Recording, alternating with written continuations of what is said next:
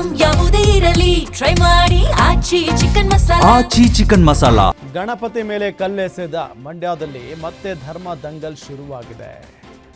ಮಸೀದಿಯ ಧ್ವನಿವರ್ಧಕ ವಿರುದ್ಧ ಸಿಡಿದೆದ್ದ ನಾಗಮಂಗಲ ಜನ ಪೊಲೀಸರಿಗೆ ದೂರು ಕೊಟ್ಟಿದ್ದಾರೆ. ಪಟ್ಟಣದ ಜಾಮಿಯಾ ಮಸೀದಿಯ ಶಬ್ದಕ್ಕೆ ಕುಂಬಾರ ಬೀದಿ, ಬಣಜಿಗರ ಬೀದಿ, ಆಚಾರ ಬೀದಿ, ಪಡುವಲ ಪಟ್ಟಣ ರಸ್ತೆ ನಿವಾಸಿಗಳು ಹೈರಾಣಾಗಿದ್ದಾರೆ. ಬೆಳಗ್ಗೆ, ಮಧ್ಯಾಹ್ನ, ಸಂಜೆ ಹೀಗೆ 4-5 ಬಾರಿ ಹೆಚ್ಚು ಸೌಂಡ್ ಬರ್ತಾ ಇದ್ದು ಮಕ್ಕಳು, ವಯಸ್ಸಾದವರಿಗೆ ತುಂಬಾ ತೊಂದರೆ ಆಗ್ತಾ ಇದೆ ಅಂತ ಪೊಲೀಸರಿಗೆ ದೂರು ಕೊಟ್ಟಿದ್ದಾರೆ. ವಿಶ್ವವಿಖ್ಯಾತ ಬೆಂಗಳೂರು ಕರಗ ಉತ್ಸವಕ್ಕೆ ಕೊನೆಗೂ ದಿನಾಂಕ ಫಿಕ್ಸ್ ಆಗಿದೆ. ಏಪ್ರಿಲ್ 1ರಂದು ಕರಗ ಉತ್ಸವ ನಡೆಸಲು ಮುಜರಾಯಿ ಇಲಾಖೆ ಧರ್ಮರಾಯ ಸ್ವಾಮಿ ದೇವಾಲಯದ ನೂತನ ವ್ಯವಸ್ಥಾಪನಾ ಸಮಿತಿ ಸಭೆಯಲ್ಲಿ ನಿರ್ಧರಿಸಿದೆ.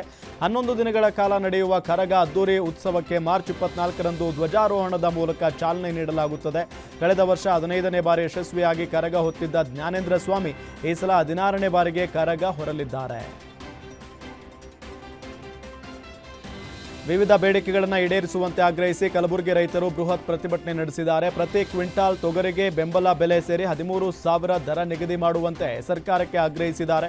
ಅಷ್ಟೇ ಅಲ್ಲ, ಪ್ರತಿ ಟನ್ ಕಬ್ಬಿಗೆ 13,500 ರೂಪಾಯಿ ದರ ನೀಡಬೇಕು, ರೈತರ ಸಾಲ ಮನ್ನಾ ಮಾಡಬೇಕು, ನೀರಾವರಿ ಬೆಳೆಗಳಿಗೆ 12 ಗಂಟೆ 3 ಫೇಸ್ ವಿದ್ಯುತ್ ನೀಡಬೇಕು ಅಂತ ಪ್ರತಿಭಟನಾ ಮೆರವಣಿಗೆ ನಡೆಸಿ ಜಿಲ್ಲಾಧಿಕಾರಿಗಳ ಮೂಲಕ ಸರ್ಕಾರಕ್ಕೆ ಮನವಿ ಪತ್ರ ಸಲ್ಲಿಸಿದ್ದಾರೆ.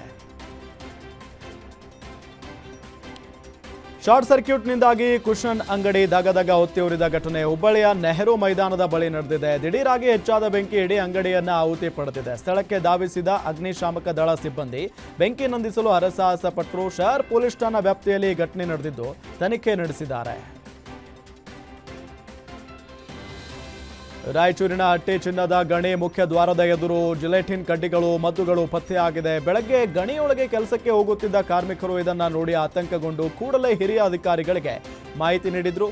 ತಕ್ಷಣ ಸ್ಥಳಕ್ಕೆ ಬಂದ ಹಟ್ಟಿ ಚಿನ್ನದ ಗಣಿ ಅಧಿಕಾರಿಗಳು, ಹಟ್ಟಿ ಠಾಣೆ ಪೊಲೀಸರು ಪರಿಶೀಲನೆ ನಡೆಸಿದ್ದಾರೆ.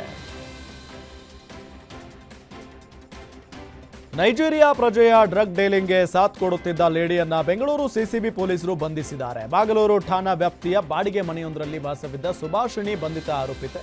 ನೈಜೀರಿಯಾದಿಂದ ಡ್ರಗ್ ತರಿಸಿದ್ದ ವಿದೇಶಿ ಪ್ರಜೆ ಸುಭಾಷಿಣಿ ಮನೆಯಲ್ಲಿ ಶೇಖರಿಸುತ್ತಿದ್ದ. ಆತ ಸೂಚಿಸಿದ್ದ ವಿಳಾಸ ಕಸ್ಟಮರ್ಗಳಿಗೆ ಸುಭಾಷಿಣಿ ಡ್ರಗ್ ತಲುಪಿಸ್ತಾ ಇತ್ತು. ಖಚಿತ ಮಾಹಿತಿ ಮೇರೆಗೆ ದಾಳಿ ನಡೆಸಿದ ಸಿಸಿಬಿ ಪೊಲೀಸರು ಆಕೆಯನ್ನ ಬಂಧಿಸಿ 2 ಕೋಟಿ ಮೌಲ್ಯದ 300 ಎಕ್ಸಿಟೇಸಿ ವಶಕ್ಕೆ ಪಡೆದಿದ್ದಾರೆ. ಪರಾರಿಯಾಗಿರುವ ವಿದೇಶಿ ಡ್ರಗ್ ಪೆಡ್ಲರ್ಗೂ ಬಲೆ ಬೀಸಿದ್ದಾರೆ. ಸಂಬಂಧಿಕರ ಅಂತ್ಯಕ್ರಿಯೆಗೆ ಬೈಕ್ನಲ್ಲಿ ಹೋಗುತ್ತಿದ್ದ ದಂಪತಿ ಅಪಘಾತದಲ್ಲಿ ಸಾವನ್ನಪ್ಪಿರುವ ಘಟನೆ ಮೈಸೂರು ಜಿಲ್ಲೆಯ ಕೆಆರ್ ತಾಲೂಕಿನ ಕಗ್ಗರೆ ಬಳಿ ನಡೆದಿದೆ. ಹಾಸನದಲ್ಲಿ ಸಂಬಂಧಿಕರ ಅಂತ್ಯಕ್ರಿಯೆಯಲ್ಲಿ ಭಾಗವಹಿಸಲು ದಂಪತಿ ಬೈಕ್ನಲ್ಲಿ ಹೋಗ್ತಾ ಇದ್ರು. ಈ ವೇಳೆ ಬೈಕ್ಗೆ ಕಾರು ಡಿಕ್ಕಿಯಾಗಿ ಅಪಘಾತ ಸಂಭವಿಸಿದೆ. ಬೀರನಹಳ್ಳಿ ಗ್ರಾಮದ ನಂಜುಂಡ ಸೋಮಾಚಾರ್ ಮತ್ತು ಅವರ ಪತ್ನಿ ನೇತ್ರಾವತಿ ಸ್ಥಳದಲ್ಲೇ ಸಾವನ್ನಪ್ಪಿದ್ದಾರೆ. ನೆಲಮಂಗಲಕ್ಕೆ ನಗರಕ್ಕೆ ಸರಬರಾಜು ಆಗ್ತಿರುವ ಕುಡಿಯುವ ನೀರು ಘಟಕ ಅಧಿಕಾರಿಗಳ ನಿರ್ಲಕ್ಷ್ಯದಿಂದ ಅಶುದ್ಧವಾಗಿದೆ. ಈ ನೀರು ಕುಡಿಯೋದ್ರಿಂದ ಅನಾರೋಗ್ಯ ಸೃಷ್ಟಿಯಾಗ್ತಿದ್ದು ನಗರಸಭೆ ವಿರುದ್ಧ ಜನ ಆಕ್ರೋಶ ವ್ಯಕ್ತಪಡಿಸಿದ್ದಾರೆ. ಇಂತಹ ನೀರು ನಗರದ ಜನತೆಗೆ ಬಹಳ ಡೇಂಜರ್ ಅಂತ ತಾಲೂಕು ಆರೋಗ್ಯಾಧಿಕಾರಿ ಕೂಡ ಹೇಳಿದ್ದು ಮೇಲಧಿಕಾರಿಗಳ ಗಮನಕ್ಕೆ ತಂದು ಸರಿಪಡಿಸುವ ಭರವಸೆ ನೀಡಿದ್ದಾರೆ. ಬೆಂಗಳೂರಿನ ಉದ್ಯಮಿ ಮನೆ ಹಾಗೂ ಫ್ಯಾಕ್ಟರಿ ಮೇಲೆ ಐಟಿ ಅಧಿಕಾರಿಗಳು ದಾಳಿ ಮುಂದುವರೆದಿದೆ. ಕೋಟಿ ತೆರಿಗೆ ವಂಚನೆ ಆರೋಪದ ಮೇಲೆ ಪೀಣ್ಯ ಇಂಡಸ್ಟ್ರೀಸ್ನಲ್ಲಿರುವ ಫ್ಲೈವುಡ್ ಫ್ಯಾಕ್ಟರಿ ಮೇಲೆ 100ಕ್ಕೂ ಹೆಚ್ಚು ಐಟಿ ಅಧಿಕಾರಿಗಳು ದಾಳಿ ನಡೆಸಿದ್ರು. 2ನೇ ದಿನವಾದ ಇವತ್ತು ದಾಳಿ ವೇಳೆ ಕೋಟ್ಯಾಂತರ ನಗದು, ಚಿನ್ನಾಭರಣ, ಕಾಸ್ಟ್ಲಿ ವಾಚ್ಗಳು ಪತ್ತೆಯಾಗಿವೆ. ಅಲ್ಲದೆ ಹಲವು ಪ್ರಮುಖ ದಾಖಲೆಗಳು ಕೂಡ ಸಿಕ್ಕಿದ್ದು ಪರಿಶೀಲನೆ ನಡೆಸಲಾಗ್ತಾ ಇದೆ.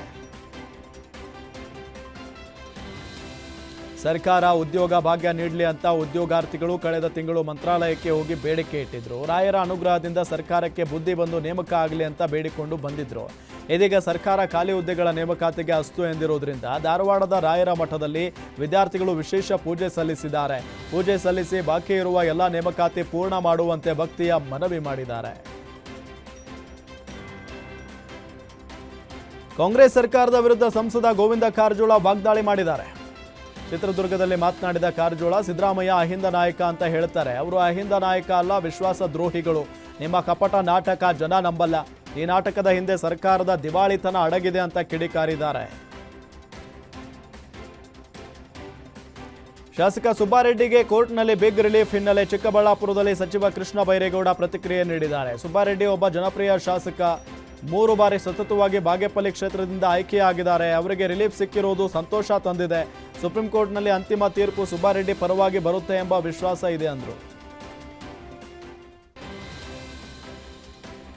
ಇತ್ತ ಚಿಕ್ಕಬಳ್ಳಾಪುರದಲ್ಲಿ ಮಾತನಾಡಿದ ಸಚಿವ ಡಾಕ್ಟರ್ ಎಂಸಿ ಸುಧಾಕರ್, ಸುಬ್ಬಾರೆಡ್ಡಿ 20,000 ಮತಗಳಿಂದ ಗೆದ್ದು ಜನರ ವಿಶ್ವಾಸ ಗಳಿಸಿದ್ರು. ಅವರಿಗೆ ಬಿಗ್ ರಿಲೀಫ್ ಸಿಕ್ಕಿರುವ ವಿಚಾರ ಕೇಳಿ ಬಹಳ ಸಂತೋಷ ಆಗಿದೆ.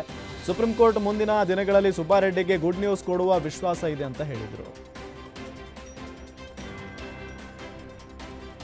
ಮಾಜಿ ಸಿಎಂ ಬಿಎಸ್ ಯಡಿಯೂರಪ್ಪ ಅವರ 84ನೇ ಜನ್ಮದಿನ ಕುಟುಂಬಸ್ಥರು ತಮ್ಮ ಆರಾಧ್ಯ ದೈವಕ್ಕೆ ವಿಶೇಷ ಪೂಜೆ ಸಲ್ಲಿಸಿದ್ದಾರೆ. ಶಿವಮೊಗ್ಗ ಜಿಲ್ಲೆಯ ಶಿಕಾರಿಪುರದ ಶ್ರೀ ಹುಚ್ಚರಾಯ ಸ್ವಾಮಿಗೆ ಪೂಜೆ ಸಲ್ಲಿಸಿದರು. ಬಳಿಕ ರಾಘವೇಂದ್ರ ಸ್ವಾಮಿ ಮಠಕ್ಕೂ ಭೇಟಿ ನೀಡಿ ನಮಿಸಿದರು.